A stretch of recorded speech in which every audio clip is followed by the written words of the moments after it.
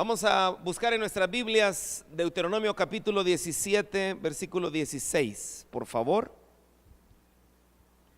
Bienvenidos sean todos. ¿Habrá alguien que nos visite por primera vez? ¿Que se me haya escapado por ahí? No, ¿verdad? Estamos todos. Muy bien.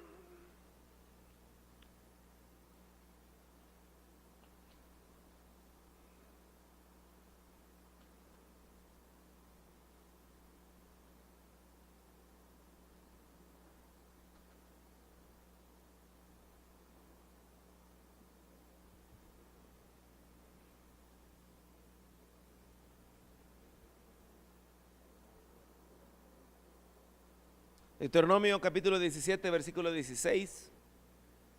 Hoy vamos a hablar del tema seducción. Seducción. Vamos a examinar 4 espíritus seductores, que es una de las amenazas latentes en la vida de un rey. ¿Cuántos reyes y sacerdotes han venido? No lo veo muy convencido. ¿Cuántos reyes y sacerdotes han venido en esta hora? Aleluya. Deuteronomio 17, 16. Ese es el problema, usted no lo cree. No, usted, los que no creen son los que no vinieron. Pero usted sí cree.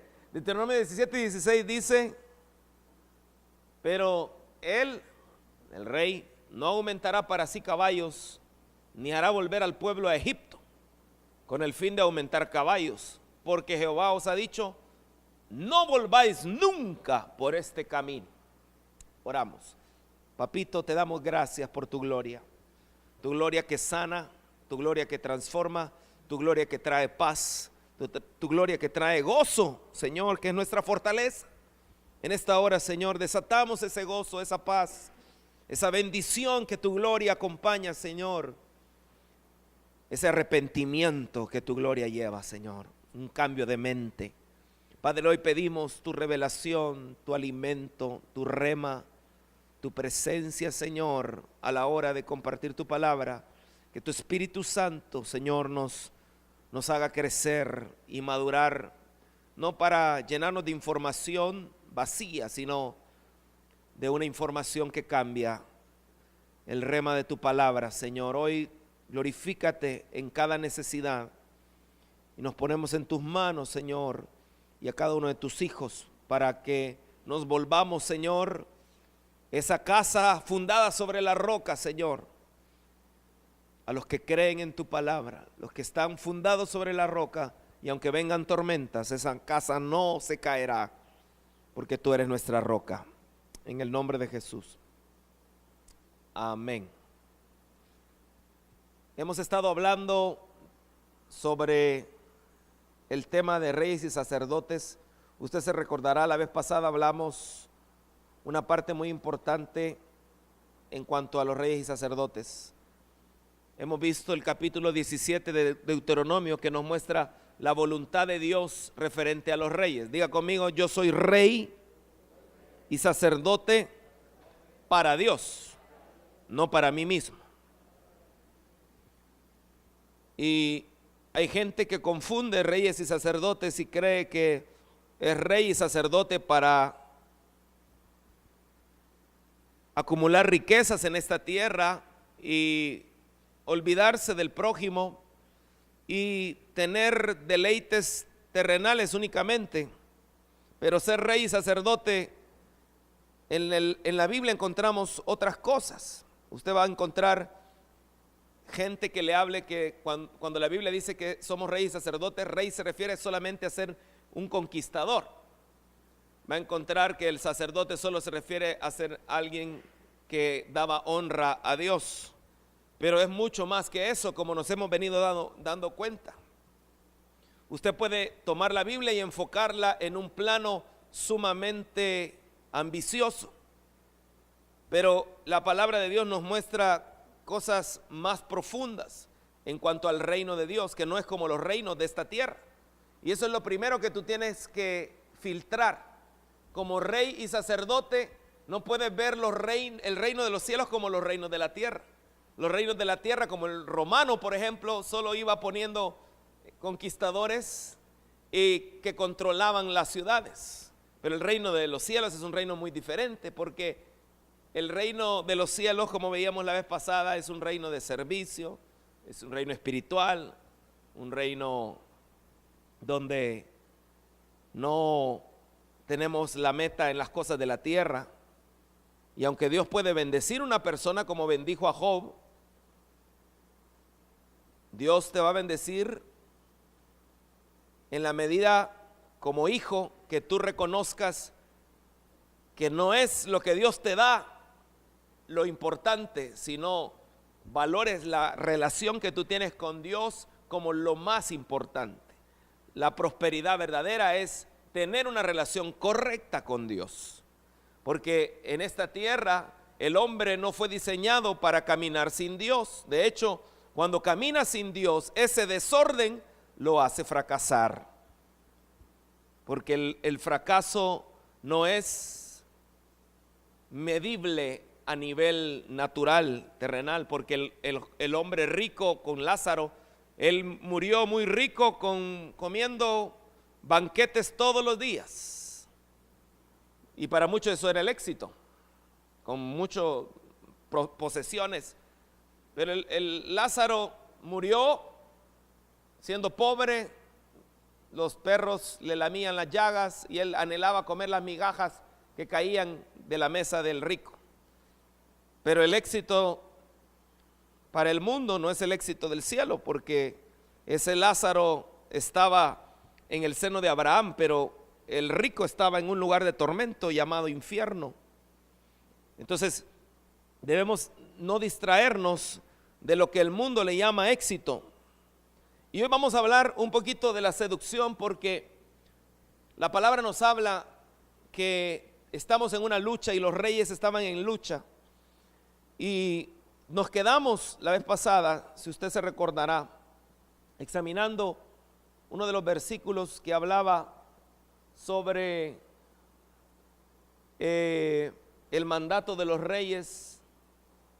Déjeme ver si aquí está. Nos quedamos en que la lectura diaria, uno de los mandamientos bíblicos para los reyes era que tenía que tener una copia y leerla todos los días de su vida, del rollo, o sea, de la palabra. De esa manera aprenderá a temer al Señor, a obedecer las condiciones, esta serie de instrucciones y decretos. Y dice él que la lectura diaria impedirá que se vuelva orgulloso y actúe como si fuera superior al resto de compatriotas. Entonces examinamos cómo un rey del reino del Señor, como él nos llama, reyes y sacerdotes, tenemos que amar la palabra y buscar leerla en una base diaria, a fin de que eso nos permita no volvernos orgullosos. Hablamos tres cosas que el orgullo era. ¿Usted se acuerda que eran esas tres cosas? ¿Por qué el orgullo era peligroso? ¿Se acuerda qué tan malo era el orgullo? Hablábamos que el orgullo número uno era pecado, ¿se acuerda? El orgullo, si no se acuerda, ahí le pongo el versículo. Hablábamos también que el orgullo acaba en fracaso, dice la Escritura. Si algo tú debes evitar es volverte orgulloso, porque es pecado, acaba en fracaso y también te separa del Señor, porque Dios se opone a los orgullosos, pero brinda su ayuda a los humildes. Puede ser que tu jefe te haga la vida imposible, que sea una persona que caiga mal, que sea una persona prepotente, que sea una persona altiva, de aquellos que tal vez te sacan las canas verdes. Pero Dios no nos llama como hijos de Dios a reflejar a Cristo de una manera orgullosa, sino por el contrario, el Señor dijo: aprended de mí que soy manso y humilde de corazón. El esposo tiene que ser manso y humilde de corazón en su casa como sacerdote. La esposa tiene que ser manso y humilde de corazón. ¿Por qué se separan muchos matrimonios? Por orgullo.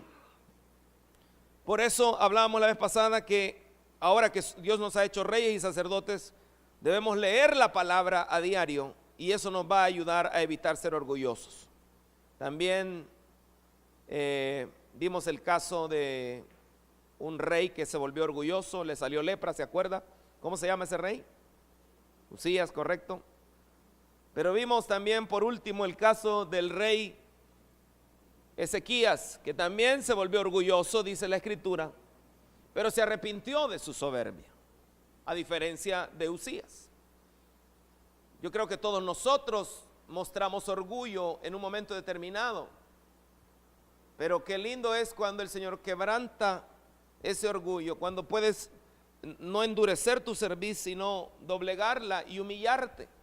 Por eso la Escritura dice: humillaos bajo la poderosa mano de Dios, para que Él os exalte cuando fuere tiempo. Una promoción en tu trabajo va a ir precedida de un accionar en humildad, porque cuando tú accionas en humildad, el Señor es el que te respalda y que hace que los jefes que están sobre ti o las autoridades que pueden promoverte se fijen, como le pasó a José. José, si usted nota en la palabra, él iba siendo promovido y iba de promoción en promoción. Ahora, Sofonías 3:11-12 dice una profecía: en ese día ya no hará falta que sean avergonzados, porque dejarán de rebelarse contra mí. Quitaré al orgulloso y al arrogante de entre ustedes. No habrá más altivez en mi monte santo. Quedarán solo los sencillos y los humildes, porque son ellos quienes confían en el nombre del Señor. Es decir, una profecía poderosa que habla de quitar al orgulloso, porque el orgulloso estorba en los propósitos del Señor, porque el orgulloso está jugando a ser Dios. Hablábamos de que el orgullo está enraizado en un espíritu de superioridad. Pero en esta hora quiero que sigamos examinando esa bendición que Dios ha dejado en la revelación de las leyes hacia los reyes. Y bueno, Deuteronomio 17:16 es la continuación de eso. Y les decía a los reyes que no debía aumentar para sí caballos, ni hará volver al pueblo a Egipto con el fin de aumentar caballos, porque Jehová os ha dicho: no volváis nunca por este camino. Usted sabe lo que representa Egipto. ¿Por qué no tenía que volver a Egipto? El Señor los sacó de Egipto. Usted sabe que Egipto representa el mundo, ¿correcto? No el mundo, sino el mundo. Y la palabra es clara cuando Faraón representa a Satanás, Egipto el mundo.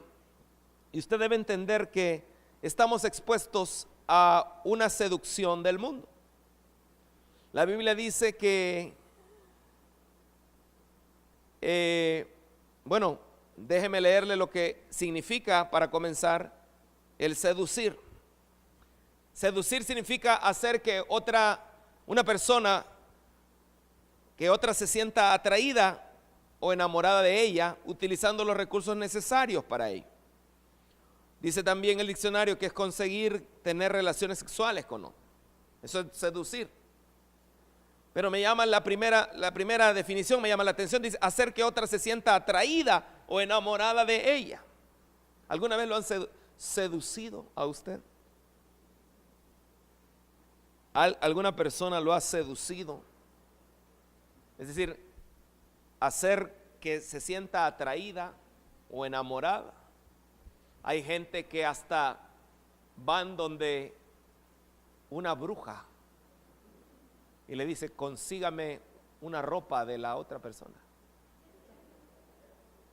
consígame un zapato, y empiezan a hacer su mejor para seducir a alguien, para que se sienta atraído. Y así no funciona la cosa. El profeta Jeremías decía: me sedujiste, oh Jehová, y fui seducido. Más fuerte fuiste que yo y me venciste.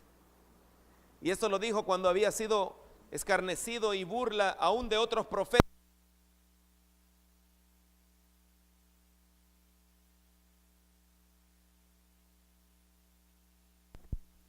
Había una impuesta necesidad en Jeremías, porque Dios lo había seducido. Si alguien tenemos que dejar que nos seduzca, es nuestro Señor. Que nos enamoremos locamente, que nos enamoremos perdidamente del Señor, porque sus amores son los mejores, más que el vino. Su amor es inigualable. Pero ¿de qué nos habla entonces este versículo? Los reyes tenían que evitar tener amores del mundo. En otras palabras, tenían que evitar ser seducidos por el mundo. No volváis nunca por este camino, fue la instrucción. Los reyes querían aumentar caballos y Egipto tenía buenos caballos. Los caballos egipcios han sido famosos desde épocas atrás. Pero el Señor les hizo entender que no tenían que volver al mundo. Por eso es que el mundo ofrece cosas muy atractivas, pero el mandamiento del Señor es que nosotros no volvamos al mundo, sino por el contrario, dice la Escritura, salid de en medio de ellos. ¿Qué es el mundo? Primera de Juan describe: no améis al mundo ni las cosas que están en el mundo. Si alguno ama al mundo, el amor del Padre no está en él, porque todo lo que hay en el mundo, los deseos de la carne, los deseos de los ojos y la vanagloria de la vida, no proviene del Padre, sino del mundo. Y el mundo pasa y sus deseos, pero el que hace la voluntad de Dios, ¿qué dice? Permanece para siempre. La Escritura también dice en Tito, capítulo 2, versículos del 11 al 15, porque la gracia de Dios se ha manifestado para salvación a todos los hombres, enseñándonos que renunciando a la impiedad y a los deseos, ¿qué significa la palabra mundano? Relativo al mundo. Entonces dice: por la gracia se nos ha enseñado que renunciando a la impiedad y a los deseos mundanos, vivamos en este siglo sobria, justa y piadosamente, aguardando la esperanza bienaventurada y la manifestación gloriosa de nuestro gran Dios y Salvador Jesucristo. Tenemos que vivir como sobria, justa y piadosamente, aguardando la esperanza bienaventurada y la manifestación gloriosa de nuestro gran Dios y Salvador Jesucristo. ¿Usted cómo debe vivir?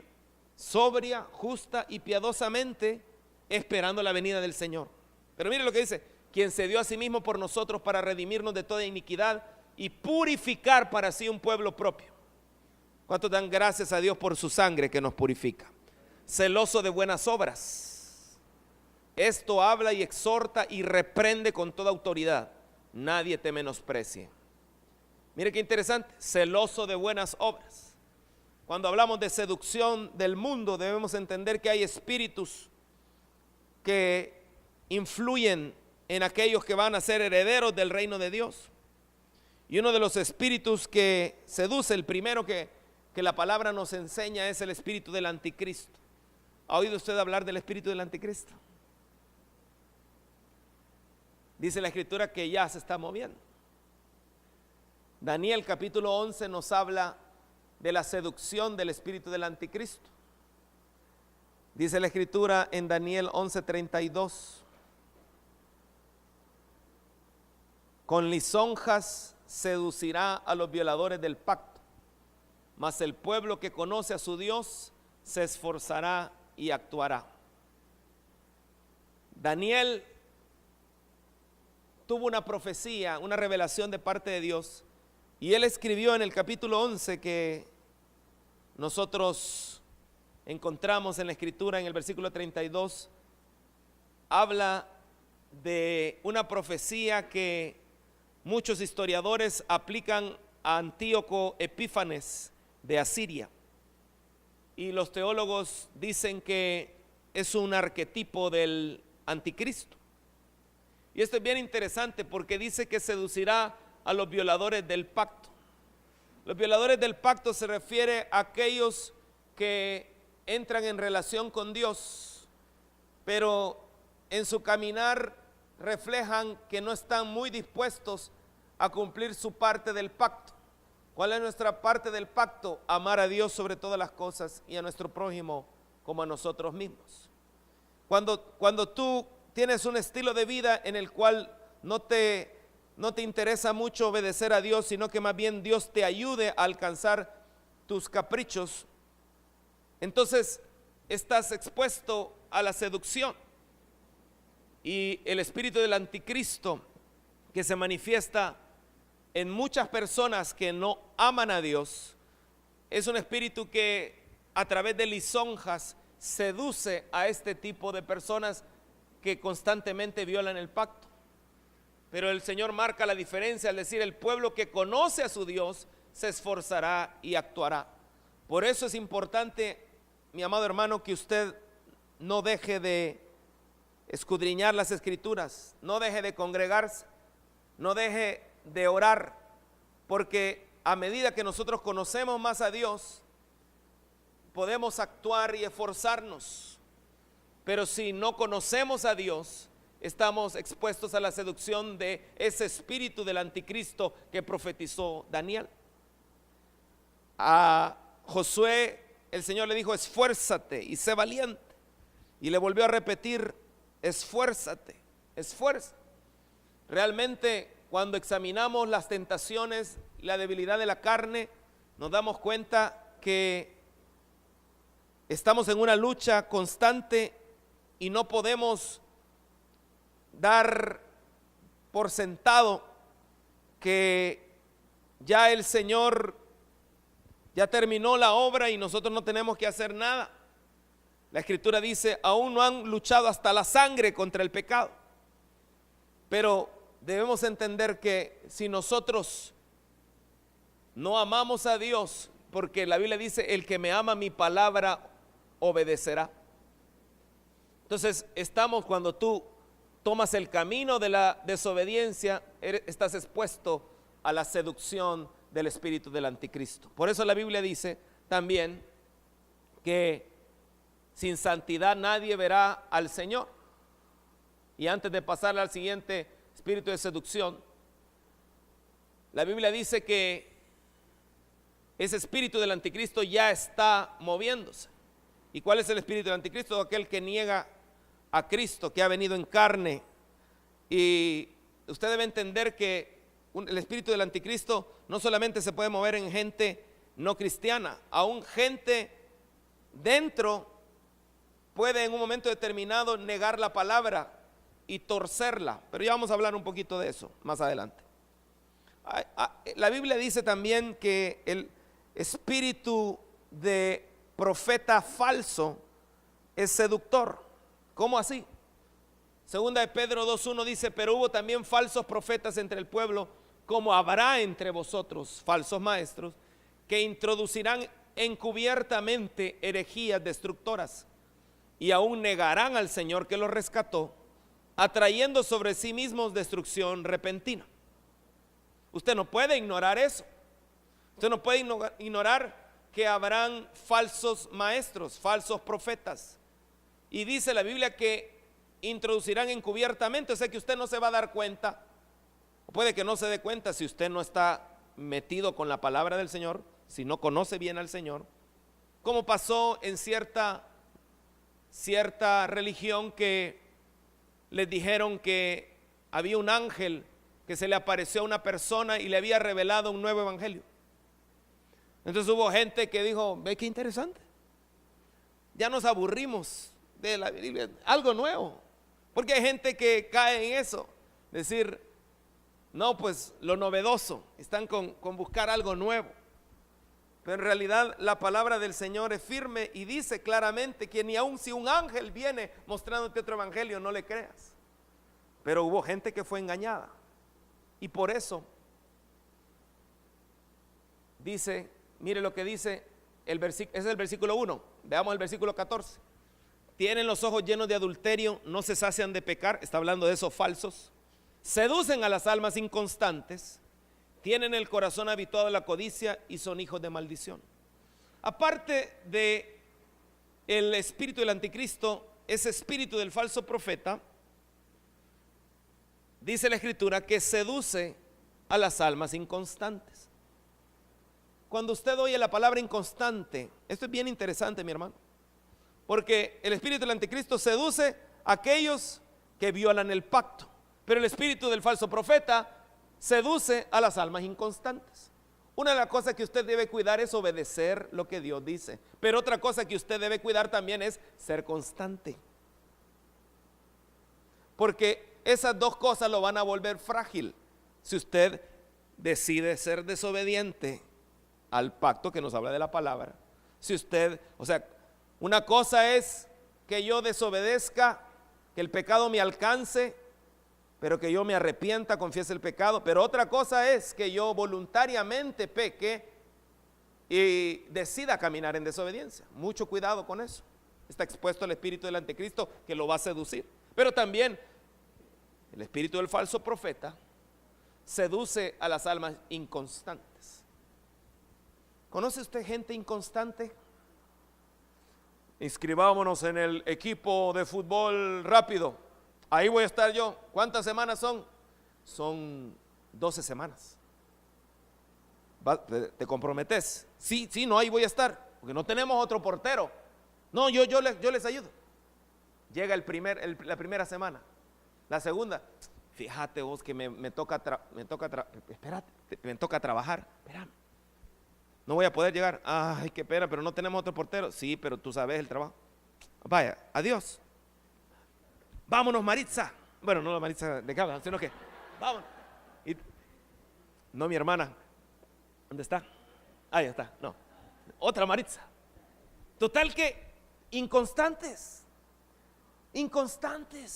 ¿Qué dice la Biblia sobre los inconstantes? El alma inconstante. La Biblia dice, el hombre de doble ánimo es inconstante en todos sus caminos. Y amado hermano, si usted es de doble ánimo, o sea, hoy sí, mañana no. Hoy me congrego, mañana, ay, ya no puedo porque hay partido del mundial. Si ya se acabó el mundial. No, híjole, me arruinaron la excusa. Total que una persona inconstante, ¿usted cree que crece? No, porque se pierde cosas importantes. Una persona inconstante no dura en un trabajo. Hay gente que es bien buena para trabajar. Por ejemplo, yo conozco a Mauricio Renderos trabajando, que fuimos compañeros, bueno para trabajar. Otros compañeros se reportaban enfermos, pero Mauricio siempre estaba ahí, y su servidor también, porque yo lo miraba. Pero amado hermano, no sea inconstante, porque si usted es inconstante va a ser expuesto a esa seducción del espíritu del falso profeta. Por eso la Biblia, mire que dice, esto es muy fuerte. En Ezequiel el profeta le habló al pueblo de Israel sobre la inconstancia, palabras muy fuertes. Le dijo, cuán inconstante es tu corazón, dice Jehová el Señor. Habiendo hecho todas esas cosas, obras de una ramera desvergonzada, edificando tus lugares altos en toda cabeza de camino y haciendo tus altares en todas las plazas. Y no fuiste semejante a ramera en que menospreciaste la paga, sino como mujer adúltera que en lugar de su marido recibe ajenos.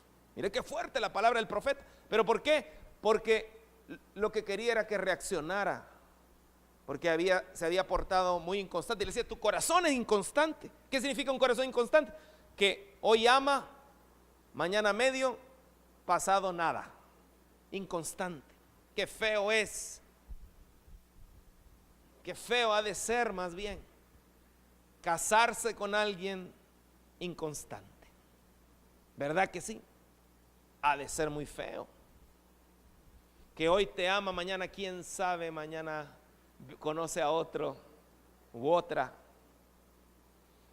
Hay mujeres de Dios tan lindas que lastimosamente han habido hombres que no han sabido valorar, sino que han sido inconstantes en el amor. Y la inconstancia te va a pasar factura. Por eso no sea usted inconstante. Usted péguese al Señor, métase con Dios, métase con su palabra, sea constante en la oración. Yo sé que a algunos les cuesta leer, a otros les cuesta orar. Eso yo creo que no hay hijo de Dios que no tenga lucha en ese sentido. Pero vuelve otra vez. Tal vez el YouVersion, cuando estás comenzando un devocional, hasta te anima y te dice, mira, ya llevas una racha buena. Y de repente se te va un día, se te va otro, por andar viendo el partido.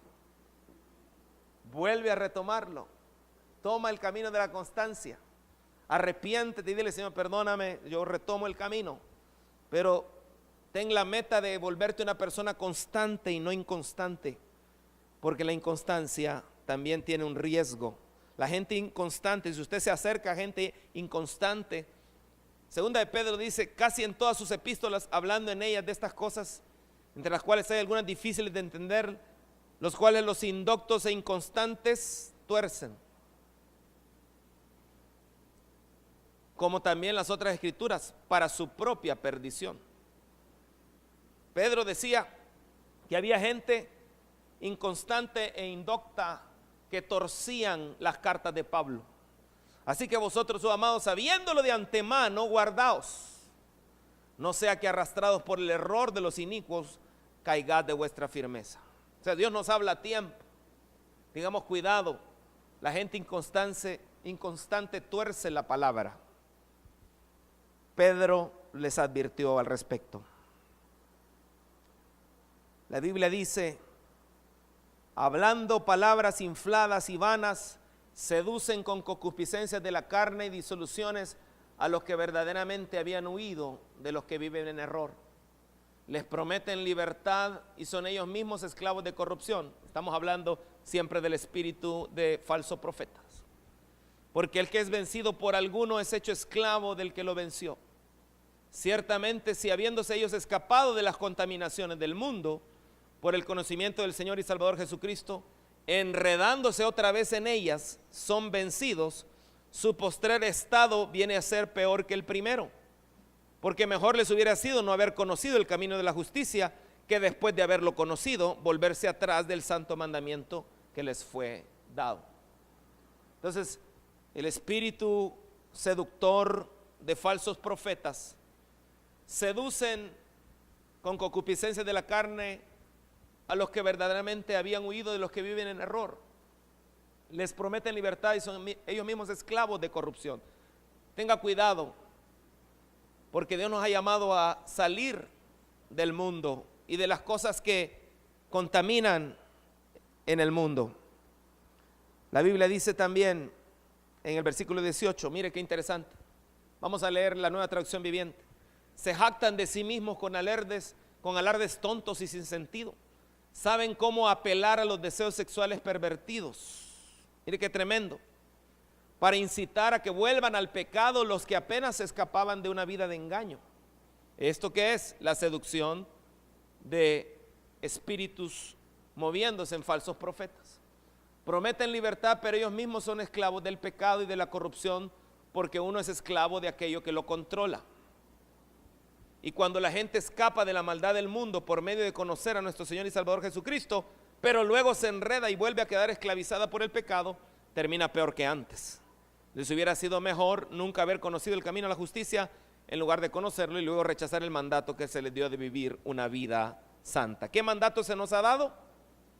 Vivir una vida santa. ¿Qué mandato se nos ha dado? Vivir una vida santa. ¿Qué mandato se nos ha dado? Perdone que le pregunte otra vez. Vivir una vida santa. Ese es el mandato. Él manda que vivamos una vida santa, no una vida contaminada con el pecado. Pero usted debe saber que puede ser seducido hacia eso si usted es inconstante. El tercer espíritu que seduce es el espíritu jezabélico de inmoralidad sexual. Los reyes están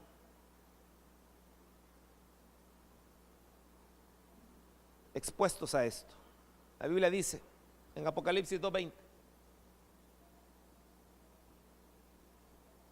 dice la Biblia: pero tengo unas pocas cosas contra ti, que toleras que esa mujer Jezabel, que se dice profetiza, enseñe y seduzca a mis siervos a fornicar y a comer cosas sacrificadas a los ídolos. Y le he dado tiempo para que se arrepienta, pero no quiere arrepentirse de su fornicación. Diga conmigo: Dios da tiempo.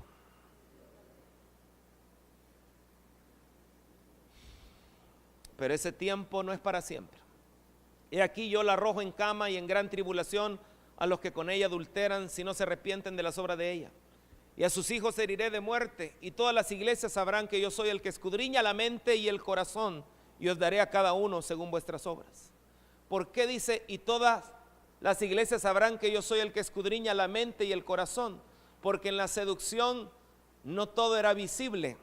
Los que habían sido seducidos por Jezabel, no todo era visible, sino que había pecado en tu mente y en tu corazón. Por eso que la Biblia dice, si alguno mira a una mujer y la codicia en su corazón, ya adulteró. No necesita llegar al acto, sino si uno la desea en su corazón. Entonces, amado hermano, este espíritu va a tratar de seducir a la iglesia para cometer idolatría. Antiguamente la idolatría estaba amarrada, como hablábamos el domingo, a pecados sexuales, porque los rituales idólatras involucraban acciones sexuales pervertidas, como con prostitutas sagradas, como hablábamos el domingo. Nahum 3:4 dice que a causa de la multitud de las fornicaciones de la ramera de hermosa gracia, maestra en hechizos, que seduce a las naciones con sus fornicaciones y a los pueblos con sus hechizos. Es el mismo espíritu de jezabélico.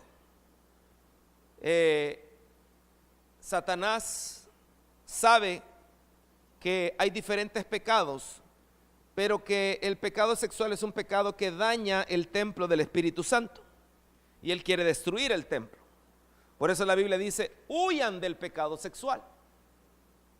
Cuando la palabra nos hablaba de idolatría, usted debe entender que hoy en día, aunque tú no presentes una ofrenda a un Dios falso, puedes entregar tus miembros al pecado, y tu Dios precisamente es el pecado, porque uno se vuelve esclavo de aquel a quien sirve. Esto es muy delicado, como iglesia debemos saberlo. Hay un escritor famoso llamado Joshua Harris, y él escribió un libro que se llama Ni aún se nombre, guarda tu corazón de la inmoralidad sexual. ¿Alguien ha leído este libro?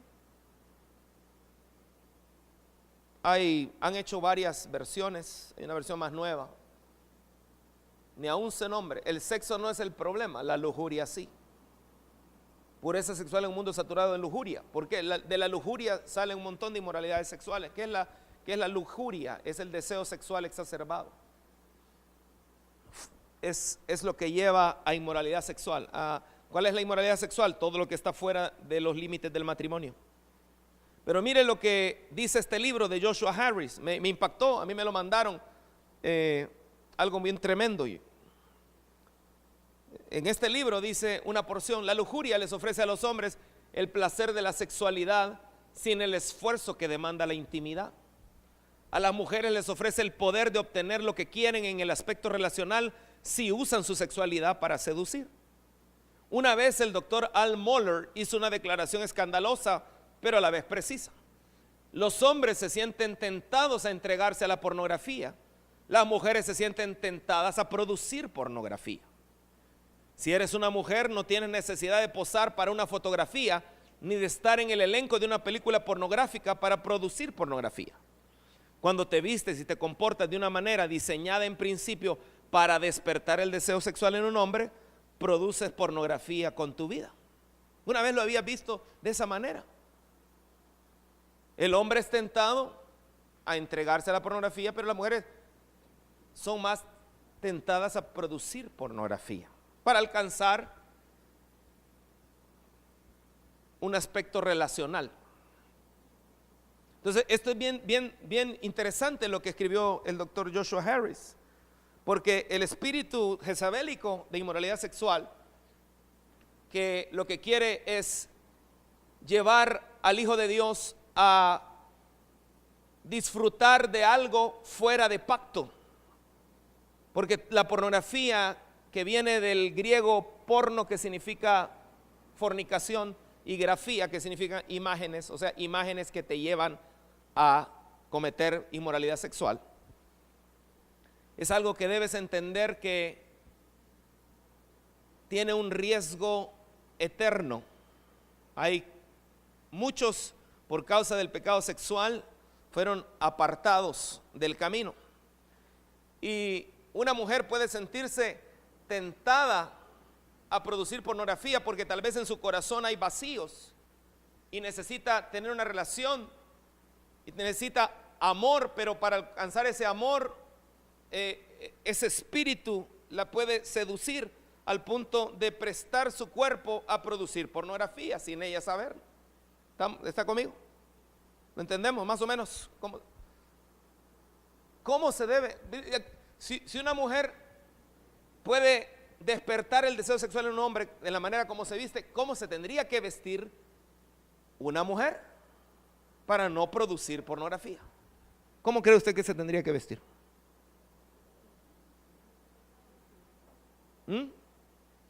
La Biblia dice, por ejemplo, dice que las mujeres se atavían de ropa decorosa, con pudor y modestia, no con peinado ostentoso, ni oro, ni perlas, ni vestidos costosos. ¿Qué significa decorosa? ¿Qué significa pudor? ¿Qué significa modestia? Ay, hermano, ¿me va a decir que ya no me voy a poder vestir? No, yo no le estoy diciendo nada. Usted solo lea la Biblia.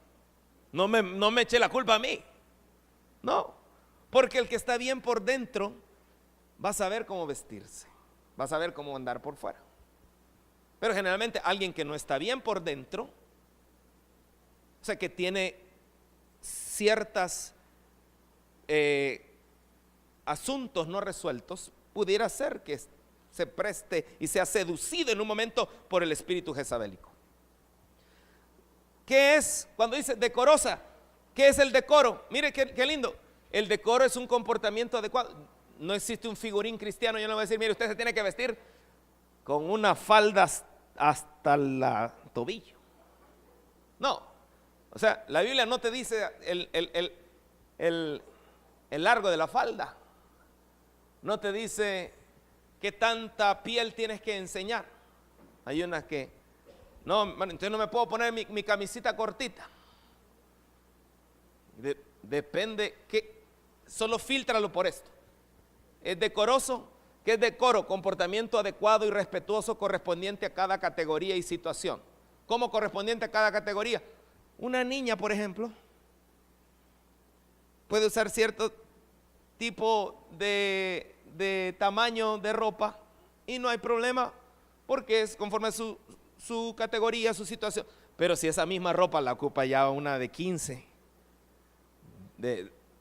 ya no está conforme a la categoría y situación. Ahora, pudor. ¿Qué es pudor? Es vergüenza de exhibir el propio cuerpo desnudo. Entonces la Biblia dice, ¿cómo? Decorosamente, con pudor y con modestia. ¿Qué es modestia? Modestia es que muestra recato en su comportamiento y en su aspecto. ¿Y qué es recato, mi hermano? Ya lo que le echan a los tamales.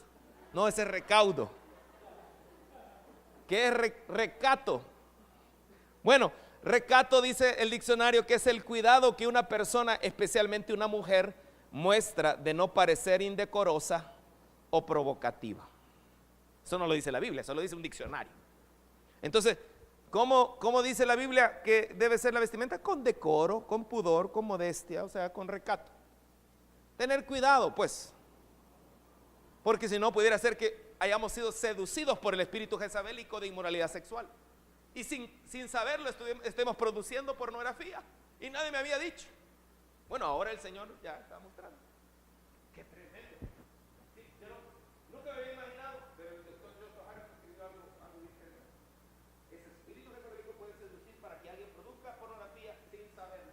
Sin saberlo. ¿Qué dice la Biblia? Decoro, pudor, modestia, recato. Dice también, no ostentoso. ¿Qué es ostentar? Ostentar es exhibir con vanidad y presunción una cosa. En otras palabras, todo esto sale del corazón. Muchas veces alguien puede, hermano, pero ¿por qué solo las mujeres? Tírenle a los hombres también. Sí, lo que pasa es que en el hombre el problema del espíritu jezabélico actúa de una manera diferente porque somos más visuales. ¿Me entiende? Entonces, la Biblia dice que no debe ser ostentoso. Ostentar es exhibir con vanidad y presunción. Y por último, ¿qué es vanidad? Vanidad es el orgullo de la persona que tiene en un alto concepto sus propios méritos y un afán excesivo de ser admirado y considerado por ello. O sea que hay gente que se puede vestir con la intención de ser admirado, considerado por los demás, y eso es lo que la Biblia dice, no hay necesidad de eso. Obviamente la condición de tu corazón va a marcar, porque si tu corazón está bien, no te va a costar. Ahora, ¿es eso algo invento mío? No, eso es lo que la Biblia dice. Ahora, ¿qué dice? ¿Cómo decía? Presuntuoso. ¿Qué es la presunción? Es la vanidad que muestra una persona que presume y alardea de sí misma y de sus propias cualidades. Mi hermano Salvador ya vio mis nuevos New Balance. Viniera él diciendo, no, estos no son, yo digo los suyos. Presunción, no necesitamos presumir nada. Todo lo que tenemos, por la gracia de Dios, Él nos lo regala. Usted me puede ver muchas cosas, yo le voy a decir quién me lo regaló, porque la mayoría me las regalaron a mí. Pero amado, hay gente que necesita sentirse que es alguien por las cosas que exhibe con su cuerpo. Y eso muestra un mal corazón. En un momento determinado, nosotros debemos entender que somos cartas abiertas al mundo. Alguien dirá, hermano, pero para conseguir yo tengo que mostrar algo de carnita. Usted sabe que la competencia está tremenda.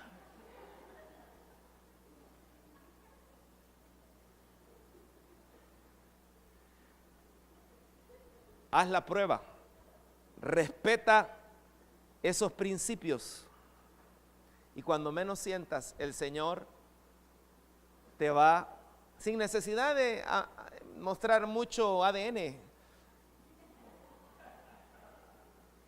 sin necesidad de mostrar mucha epidermis, Dios puede traer una persona que te respete, porque muchas veces esos que muestran demasiado